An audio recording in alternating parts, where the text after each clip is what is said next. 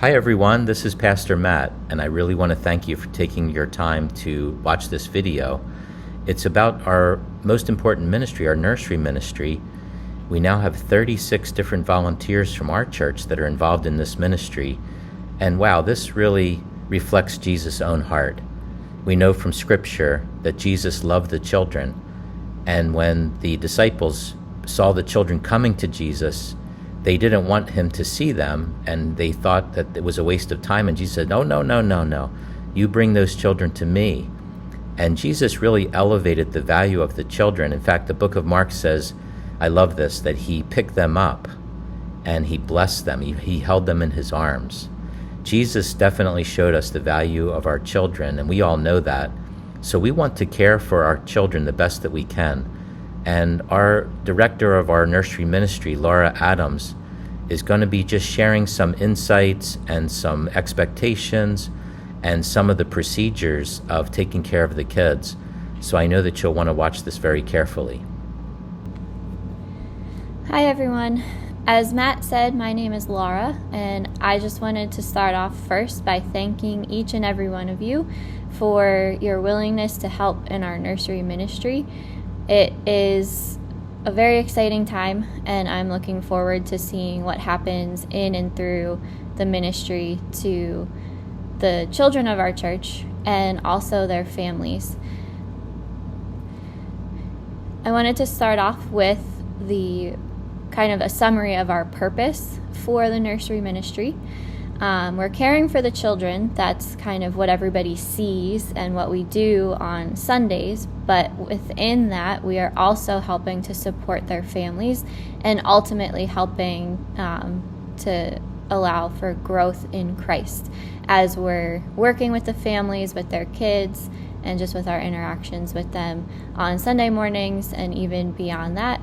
And also through that, as Calvary and Liberty are joined together with our children's ministries, we're also helping to support each other and both churches through that. This first part is going to talk about scheduling. I'm going to give an overview of how I normally send out the schedule and how things are going to look on Sunday mornings. So the first thing is that there will be usually 2 people from Calvary and 1 person from Liberty in each room. There may be some slight variations to that depending on when Liberty is doing children's church or things like that. But in general, there will be 3 people in both rooms every Sunday morning.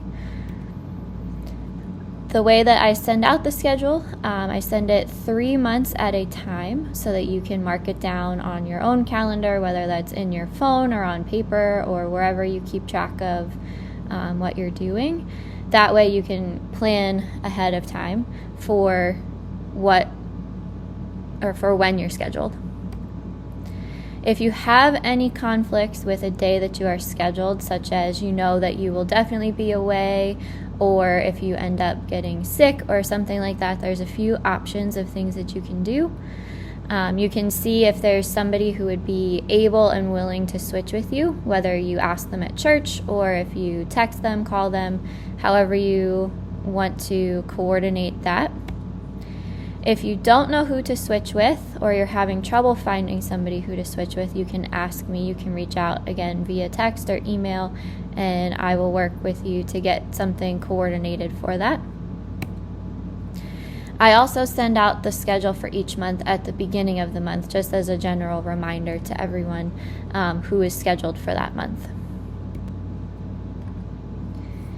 Okay, this next part is just some general reminders and other things to know for Sunday mornings as you are helping in the nursery ministry. The first thing is to make sure that you arrive by 10:20 on whatever Sundays that you are scheduled. This allows for a smooth transition from our volunteers who are there during the Sunday school hour. And as families are showing up, it gives them time to get their children settled and be able to make it back up to the service by the time it starts. So please arrive by 10:20. Another thing is the doors in the nursery rooms are split in half, meaning the top half can open and the bottom half can open. So we're asking that the top half of the doors be left open until at least 11:10 a.m. It can stay open the whole time. Some things that you might need to close it for would be if a child is crying really loudly, or during the summer when it gets really hot. You can close it after 11:10 to help keep it a little cooler in the room. But we want the nursery rooms to be welcoming and open as families come, especially if there's new families that are coming to the church and visiting. For Sunday mornings, get to know the kids. That looks different depending on how old they are, but get to know their names, get to know what they like, get to know anything that they're willing to tell you. Sometimes they get a little nervous and they might run away from you, but do your best to just engage with them and see what they want to do while they're in the nursery. We also want to be engaging with the parents when they drop off and pick up their kids, getting to know their names and talking with them and getting to know who they are as well. And when they come to pick up their kids, sharing anything that they might need to know, or anything that you noticed or anything like that, or just being friendly as they're picking up their kids. Another thing is to make sure that you're monitoring the kids as they play, making sure that they're being safe, that they're not, getting into things that they shouldn't be, and just in general making sure that they're engaging with each other well. And again, safety is the biggest thing, so making sure that nothing is going to be happening as best as possible. If a child is having a rough time, which will happen occasionally, they're crying, if they get sick or something else, there is a phone number on their sticker. I'm going to talk more about what the stickers are in a little bit, but there's a phone number on there where you can reach out to contact their parents and ask them to come down for their child. If a parent doesn't respond within a reasonable amount of time, you can send someone from the room that you're in to go get the parent from whichever service they are participating in. You can have the kids help to clean up toys in the 3 to 5-year-old room. They are able to help pick up and put away the things that they're playing with, and just helping to take care of the room that they're in. The younger ones from birth to 2 probably won't be able to help as much with that, but the older kids can definitely take part in that on Sunday mornings. We also ask that you stay until all of the children have been picked up from whichever room that they are in. And then before you leave, if you are able to split these tasks up between whoever's down there, wiping off the tables, if there's any toys that get left out or taken back out after you clean up, making sure that they're put away, and then turning off all of the lights, and also the air conditioning units during the summertime, if those can also be turned off before you head out.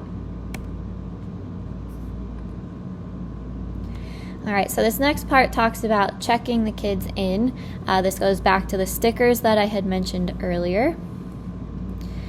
Calvary and Liberty both use the same program for checking their kids in when they come on Sunday mornings. However, each of the kids should be checked in on their own church's system, because it doesn't show up on both. It's specific to both churches. Each child needs to be checked in when they get dropped off. Parents will get a sticker that has a code that matches the one on their child's sticker, and then that's used during pickup to make sure that kids are going with the correct people, and that they're whoever's picking them up is allowed to be taking them with them. So that means whoever picks up the child should have the sticker with them that has the code that matches the one on the child's sticker. There is an option in the check-in system for families to be able to determine who the primary contact is when they set up their household, which again, I'm going to show that process in a little bit. But if they know that during Sunday service they want mom to be contacted or dad, they can set that so that the right phone number populates on the stickers that the children have. So now we're going to go through and take a look at what the actual check-in process looks like on the computers and just some things with that so that you are able to help the parents well as they are learning how to check in their kids when they come on Sundays. This is what the computer screen will look like, and when you start typing a person's name, it will populate. If they are already in the system, it'll come up with their name.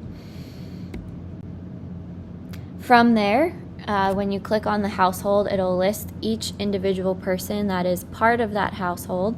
And when you go to check in the children, there's a checkbox next to their name that you'll click. You can see that there.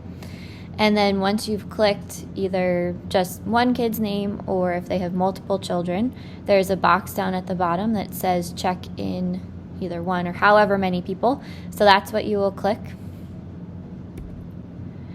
And then once you have clicked that, the stickers will print out. You'll see the one that has the child's name on it with the code on the side.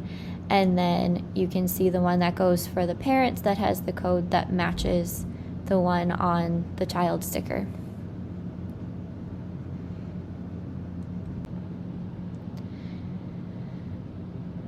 Okay, this next section is what to do if there is either a new family or if a family has a new child that they would like to add into their household in the check-in system.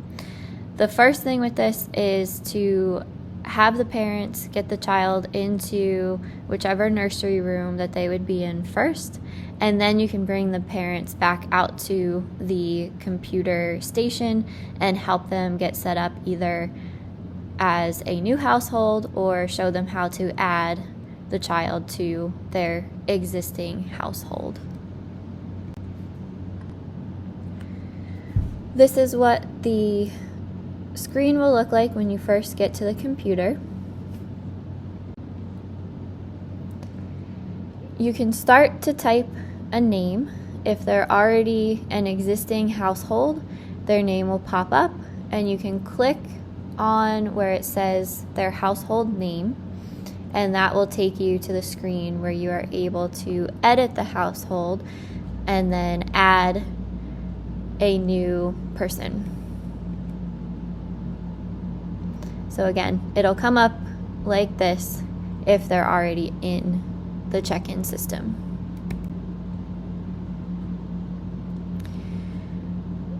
Once you click their household name, then there's a button that says edit. It's right there. And you can click that so that you're able to add a new person. After you click edit, there's the plus symbol over there that says add. That's where you would click so that you can add a new person. And you'll want to click, after you click add, you'll click create new person. That's what will take you to the next part, which is where you can type in that person's name, birth date, etc.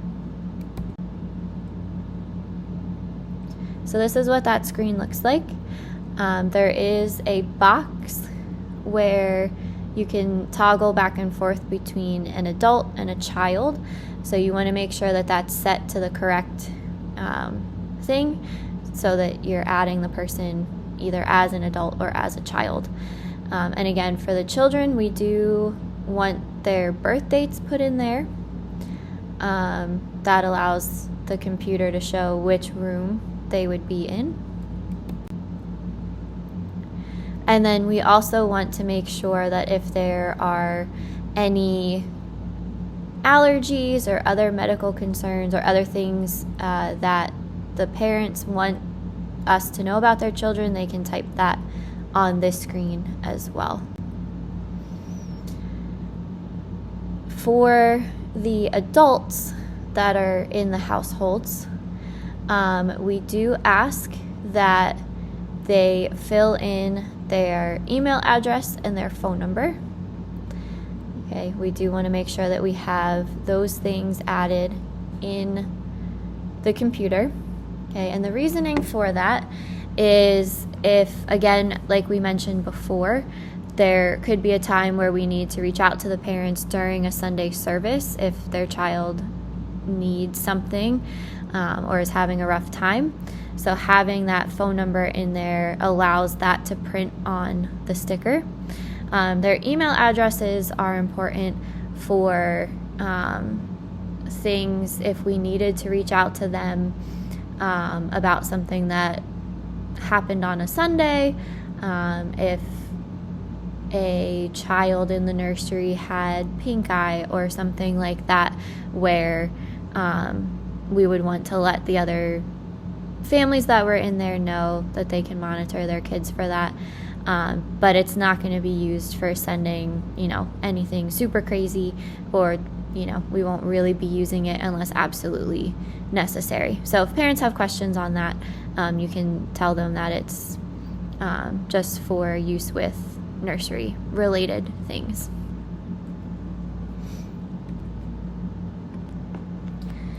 All right, so the previous slides showed what to do when there is already an existing household that you are adding a new person to.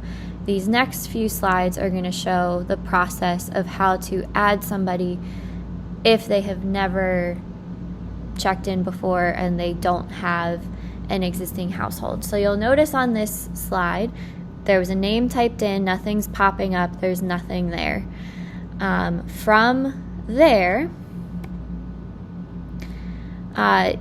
you will click add person, and then that's what will allow you to create the new household. And that part is right down there. Once you do that, you'll click to create a new person and add to a new household. So that's right there. That's how that will pop up.